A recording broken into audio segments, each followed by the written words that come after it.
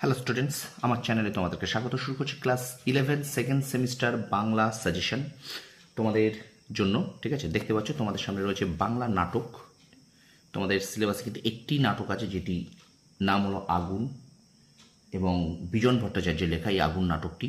এই আগুন নাটক থেকে প্রশ্ন তোমাদের দুটো পড়বে। দেখো, নাটক থেকে দুটি প্রশ্ন থাকবে, লিখতে হবে একটি, অর্থাৎ 5 নাম্বার। দেখো এখানে 5 নাম্বার, একটা নাটক থেকে 5 নাম্বার পড়বে, একটাই নাটক, এবং 5 নাম্বার নাটক।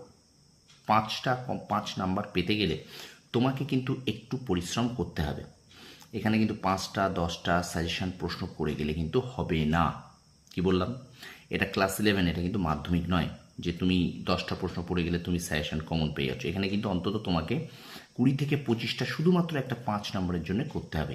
আর আমি একটু বেশি করি সাজেশনটা তোমাদের দিয়ে রেখেছি। আর দেওয়ার মূল কারণ, এই প্রশ্নগুলো কিন্তু গত বছর, অর্থাৎ এবছর যারা ক্লাস 12-এর 4th সেমিস্টারে পড়ছে, যারা গত বছর ক্লাস 12-এর সেকেন্ড সেমিস্টার পরীক্ষা দিয়েছে, 11-এর সেকেন্ড সেমিস্টার পরীক্ষা দিয়েছে ক্লাস 11 সেকেন্ড সেমিস্টারে, তারা কিন্তু তাদের এই স্কুল থেকে বিভিন্ন স্কুলের প্রশ্ন কিন্তু এখানে আমি তুলেছি। সুতরাং এই প্রশ্নগুলো খুব গুরুত্বপূর্ণ। তোমার স্কুলেও কিন্তু এরকমই প্রশ্ন আসবে এবং এখান থেকেই প্রশ্নগুলো দেবে। ঠিক আছে, তো 5টা নাম্বার পেতে গেলে একটু পরিশ্রম করতে হবে, একটু পড়াশোনা করতে হবে।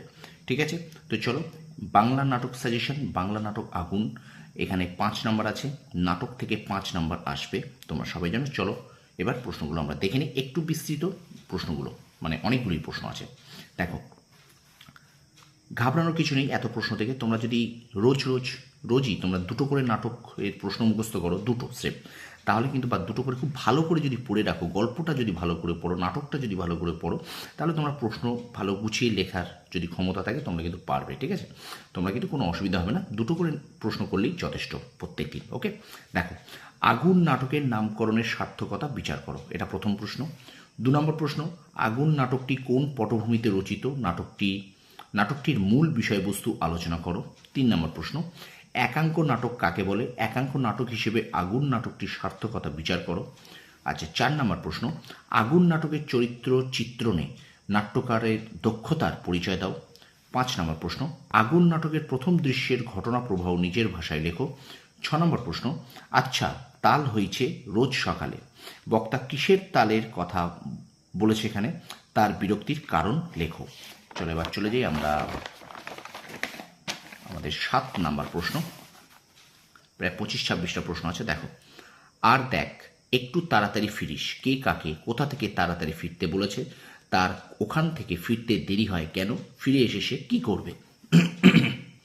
একলা মানুষ খাচ্ছিস দাচ্ছিস ফুর্তি করে ঘুরে বেড়াচ্ছিস, বক্তাকে এবং কার প্রতি তার এই উক্তি? এই বক্তব্যের মূল কারণ আলোচনা করো। 9 নম্বর প্রশ্ন, এই চৈতালির ফসলটা মাচায় তুলব। এখানে বক্তার বক্তব্যের আলোকে নিরাশার মধ্যেও যে আশার বাণী অথচ স্বার্থান্বেষী মনোভাব ব্যক্ত হয়েছে তা আলোচনা করো।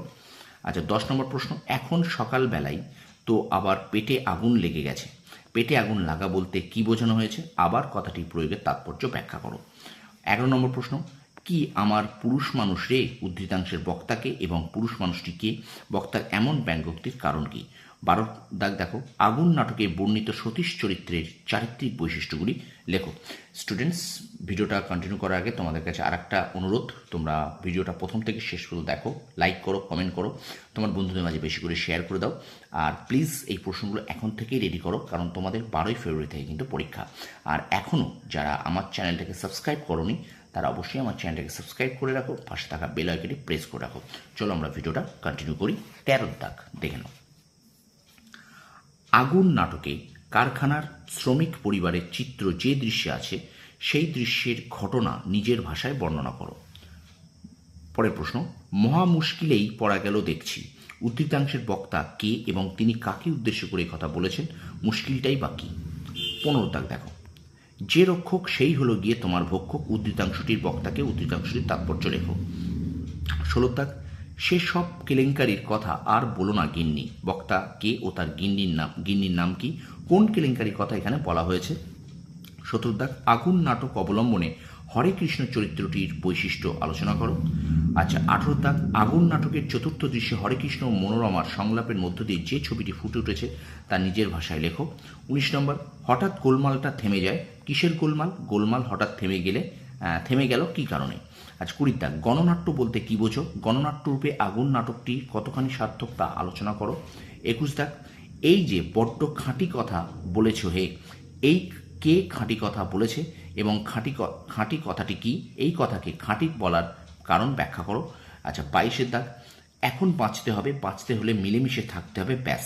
এখন বলতে কোন সময় ও পরিস্থিতিকে বোঝানো হয়েছে? চলে যাই আমরা পরের প্রশ্নে।